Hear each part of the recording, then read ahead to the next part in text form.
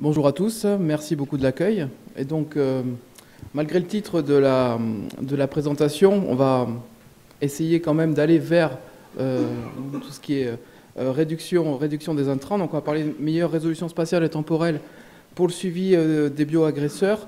Un postulat de base, on ne veut traiter que là et quand c'est nécessaire, et ça nécessite une prise de décision efficiente. Donc on va commencer par là. Une prise de décision en agriculture, mais également dans tous les domaines. Ça commence par une collecte d'informations.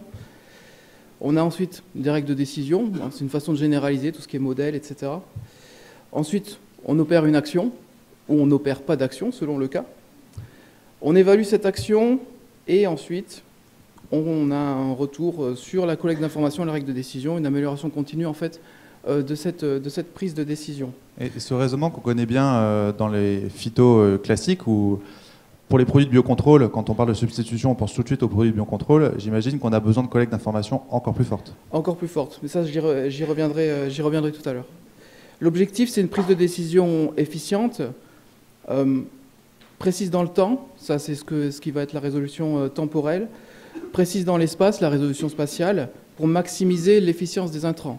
Ça ne veut pas forcément dire les réduire, mais en tout cas faire en sorte que les intrants qu'on apporte soient le plus efficaces possible. Alors pour ça, le numérique va nous apporter une aide. Il y a d'abord les capteurs, tout ce qui est capteurs, dont les pièges connectés. On va beaucoup parler de pièges connectés pendant mon intervention. Ensuite, les modèles, l'intelligence artificielle. Au niveau des actions, on peut mentionner l'automatisme, la robotisation. Et pour l'évaluation, des outils d'analyse statistique, la cartographie.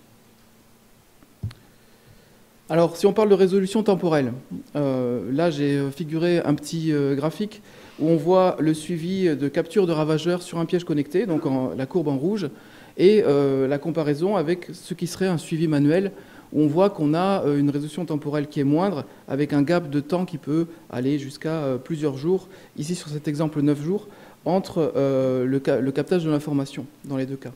Donc une meilleure résolution temporelle potentielle avec un suivi des ravageurs avec les pièges connectés. Au niveau de la résolution spatiale, ici on s'éloigne un petit peu de la thématique pièges connectés. Donc pour illustrer, j'ai mis des sorties cartographiques sur un modèle de Septorius sur blé, selon qu'il est alimenté avec des données précises spatialement à gauche, issues d'un radar météo, et moins précises spatialement à droite, donc issues de pluviomètres. On voit que le modèle avec des zones en bleu qui sont des zones supposément atteintes par la maladie, répond de façon très différente selon la source de données. Donc ça, c'est la résolution spatiale. Alors, en ce qui concerne les données météo qui alimentent les modèles de prévision de maladie, l'essor des sources de données spatialisées, l'essor des stations connectées a permis d'améliorer la prise de décision, et c'est ce qu'on souhaite également faire pour tout ce qui est suivi de bioagresseurs, suivi de ravageurs. Alors on ne devait pas parler de réduction d'intrants, question. Donc l'efficience des intrants passe par une prise de décision précise qui s'appuie sur une collecte d'informations précise pour avoir une image très fidèle de la réalité, c'est-à-dire à résolution spatiale et résolution temporelle suffisante. Ça ne veut pas dire résolution spatiale et temporelle extrême, mais en tout cas suffisante pour avoir une bonne image de la réalité. Et c'est difficile à atteindre sans l'apport du numérique. On ne peut pas dire forcément impossible, hein. On peut très bien avoir une image fidèle de la réalité avec des observations de terrain qui seraient manuelles, mais ça nécessite un temps dont on ne dispose pas actuellement. Alors l'objectif d'efficience répond aussi à un contexte, hein, pour répondre à la question que tu m'as posée à l'instant. On a disparition de solutions à certaines problématiques. On m'a beaucoup mentionné le cas des traitements de semences qui pouvaient être interdits sur certaines problématiques de nos jours. Une grande précision et technicité requises par des solutions restantes, notamment la lutte biologique. On peut mentionner un cas qui est assez connu, qui est l'épandage des trichogrammes par exemple, et la réapparition de certaines problématiques qui sont en résurgence dans un contexte où on a moins la possibilité de faire appel à des produits phytosanitaires. Donc le numérique apparaît comme un levier à tous les niveaux pour remplir cet objectif d'efficience de la prise de décision, mais on va plutôt se concentrer sur tout ce qui est collecte d'informations ici. Donc on observe depuis quelques années une numérisation du suivi des bioagresseurs, donc initialement un suivi manuel des bioagresseurs qui se faisait avec des pièges à observation manuelle, un piège à papillons ici, un piège à limaces également. et une apparition en fait, de produits qui permettent d'automatiser ce suivi des ravageurs. Donc je mentionne ici notre produit CapTrap, par exemple, pour le suivi de papillons ravageurs. TrapView également, Iglic d'Advancy, et l'IMACapt qu'on a réalisé en partenariat avec De Sangos pour le suivi des limaces. Alors on dénombre toujours une population de ravageurs, la donnée d'entrée est toujours la même, la donnée qui est collectée, mais par contre les pièges connectés font sauter le verrou du temps de suivi avec en ligne de mire une meilleure résolution spatiale et temporelle, donc une meilleure image de la réalité et une meilleure efficience ensuite de la prise de décision. Donc je suis allé un petit peu interroger les utilisateurs de pièges connectés pour connaître des cas d'usage réels. Donc je vous les présente ici, donc différents types de profils d'utilisateurs, un industriel qui travaille dans les légumes, c'est des cas réels, mais je ne les ai pas nommés. Donc ces problématiques, c'est la Noctuelle Heliotis, par exemple sur haricots, la Noctuelle Gamma sur épinards. L'outil de prédilection pour capter l'information, c'est le piège connecté. Son objectif, c'est d'assurer une production, une qualité et de maximiser également l'efficience des intrants chez ses producteurs, avec un réseau de plus de 30 pièges connectés, donc ça commence à faire un réseau quand même assez étoffé. Et au niveau de la résolution spatiale, la stratégie, c'est de positionner les pièges via ces chefs de plaine sur des lieux sensibles, de manière à pouvoir avoir une anticipation de l'apparition des ravageurs. Oui, donc on n'est pas forcément sur un maillage quadrillage, on est sur un positionnement à des points précis déjà déterminés comme étant les plus sensibles. Exactement, pour avoir une anticipation. Au niveau de la résolution temporelle, sur des pièges non connectés, il est habituellement sur un pas de temps de l'ordre de la semaine, et sur les pièges connectés, il valorise un pas de temps de l'ordre de la journée, qui lui permet d'avoir une réactivité supplémentaire. Alors sur un autre domaine, pas de chaîne automatisée chez lui pour alerter les producteurs, ça se fait par contact humain avec les chefs de plaine, entre les chefs de plaine et les producteurs. Sur un autre type de profil, donc un industriel du sucre, sa problématique c'est le puceron sur betterave. Son outil de prédilection c'est les observations terrain, mais elles sont très chronophages, il le reconnaît lui-même.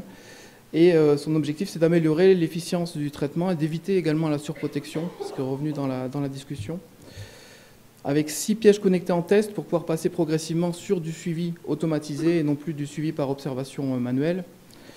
Une résolution spatiale, c'est un maillage qui est là encore établi par responsable secteur. Donc stratégiquement, on déploie des observations, surtout dans les zones sensibles, pour pouvoir être alerté précocement.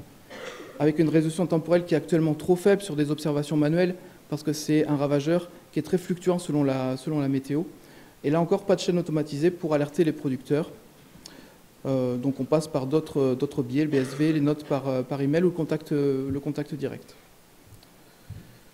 Un autre type de profil encore, en horticulture, où là, il y a pas mal de problématiques, aussi de ravageurs, sur cyclamen, un ravageur qui s'appelle Dupont-Chélia, avec un outil de prédilection du conseiller en horticulture qui est les observations terrain, avec un double objectif, c'est à la fois le conseil aux producteurs pour la protection phyto, et également d'arriver sur du progrès en prophylaxie, essayer de comprendre un petit peu les raisons d'apparition d'un ravageur dans certaines situations. Et c'est là que c'est intéressant d'avoir une bonne résolution temporelle pour connaître exactement où se situent les pics de ravageurs et à quoi on peut les lier au niveau de la prophylaxie. Donc la résolution spatiale idéale pour cet utilisateur-là, c'est d'avoir un piège connecté minimum chez chaque producteur sur cette problématique-là. Et donc la résolution temporelle, elle est actuellement trop faible puisque les retours de piégeage des producteurs se font assez difficilement. Ça consomme beaucoup de temps chez le producteur d'aller relever les pièges. Et un autre cas que je voulais mentionner également, qui est un peu particulier, c'est sur un profil type chercheur, donc avec un ravageur qui est la processionnaire du pain. Donc son outil de prédilection, c'est le piège connecté. L'objectif de ce chercheur, c'est d'étudier les migrations et de modéliser aussi les cycles, avec plus de 40 pièges connectés, donc un réseau qui commence à être très étoffé. Et lui a une stratégie plutôt de quadrillage de zones d'intérêt pour pouvoir étudier les différentes migrations du ravageur, spatialement, avec une résolution temporelle utile qui est journalière pour la modélisation des cycles. Donc ces différents cas m'ont permis d'établir des graphiques pas du tout scientifiques, mais qui sont très arbitraire. On va dire une approche qualitative et exploratoire. Mais c'était intéressant de le mettre sous forme d'un graphique. Alors en ordonnée, l'efficience de la prise de décision, et en abscisse la résolution spatiale. Et j'en ai un autre pour la résolution temporelle. Donc la stratégie qui est communément adoptée par les différents utilisateurs qu'on a pu interroger, c'est plutôt d'avoir un point par zone représentative et plutôt positionné en zone sensible de manière à être alerté relativement tôt de l'apparition d'un ravageur. Aller au-delà, ça pose la question de comment on extrapole l'information, parce que s'agissant des bioagresseurs, des ravageurs, il y a énormément de facteurs qui rentrent en ligne de compte et on est presque dans des apparitions qui sont plus chaotiques que déterministes. Oui, on ne peut pas forcément adopter le même raisonnement que les stations virtuelles qui extrapolent un peu les données. Voilà, ce qui est sous-jacent, c'est qu'il y a vraiment cette différence entre les deux problématiques qui font qu'il y a une difficulté là pour extrapoler les informations à ce niveau-là. Alors, on peut aller jusqu'à avoir un point par parcelle, voire aller faire de l'intraparcellaire, mais là, on arrive à un problème de captage de l'information, de gestion de l'information qui peut être problématique. Alors, il reste des marges de progrès, donc c'est objectiver le placement des pièges, parce que pour l'instant, ça se fait sur l'expérience des utilisateurs principalement, et également l'extrapolation de leurs relevés pour pouvoir aller un petit peu plus loin dans la résolution spatiale. Et sur la résolution temporelle, donc, tous se positionnent un petit peu sur l'utilisation d'un pas de temps journalier qui semble être le compromis le plus pertinent pour le relever. C'est généralement atteint que si on a des pièges connectés, parce que le pas de temps journalier, on peut le faire en observation manuelle, mais c'est difficile de demander à un utilisateur de maintenir pendant un temps. C'est un coût d'opportunité qui est trop important. Tout à fait. Alors évidemment, quand on est à un relevé hebdomadaire, on rate des choses, on devient un petit peu aveugle sur une situation d'une parcelle. Et après, le relevé horaire, c'est plus utile, c'est permis par les pièges connectés, c'est plus utile pour de la recherche ou de l'étude de phénologie des insectes. Alors il reste une marge de progrès également ici, donc c'est la modélisation aussi des cycles de ravageurs à partir des relevés des pièges pour encore mieux positionner les traitements. Parce qu'il y a une question de seuil de risque qui est peut-être à modéliser. C'est pas parce que je détecte 3 limaces dans mon limacapt que forcément j'ai une invasion forte. Oui, tout à fait. Oui. Donc il y a aussi la problématique de rapprocher le captage du ravageur avec les dégâts potentiels qui sont attendus sur la culture. Et ça, les modèles sont opérationnels aujourd'hui ? Alors il y a des choses qui existent, oui. Mais il y a parfois une difficulté dans la nature de l'information qui est captée, puisque par exemple, s'agissant des ravageurs qui sont captés par les pièges connectés, généralement c'est des adultes qui ensuite pondent ou pas, et ensuite il y a des éclosions qui sont plus ou moins importantes. Donc là, il y a une influence aussi des données climatiques et de la suite du cycle qui va occasionner ou pas des dégâts. Et il y a des travaux qui sont également à faire pour pouvoir s'améliorer aussi à ce niveau-là. Alors en résumé, sur les cas d'usage réel, on a une valorisation principalement de la résolution temporelle qui permet la réactivité grâce à l'apport du numérique et des pièges connectés. Les stratégies de positionnement en zone sensible, ça permet en plus d'avoir une anticipation. On a quand même des problématiques, c'est la capacité à gérer un réseau important de pièges, qu'ils soient connectés ou pas. Donc il y a un temps à investir aussi pour pouvoir gérer un réseau important de pièges. La capacité aussi à analyser des données, parce que les pièges débitent des données, donc il faut aussi avoir la capacité de les analyser au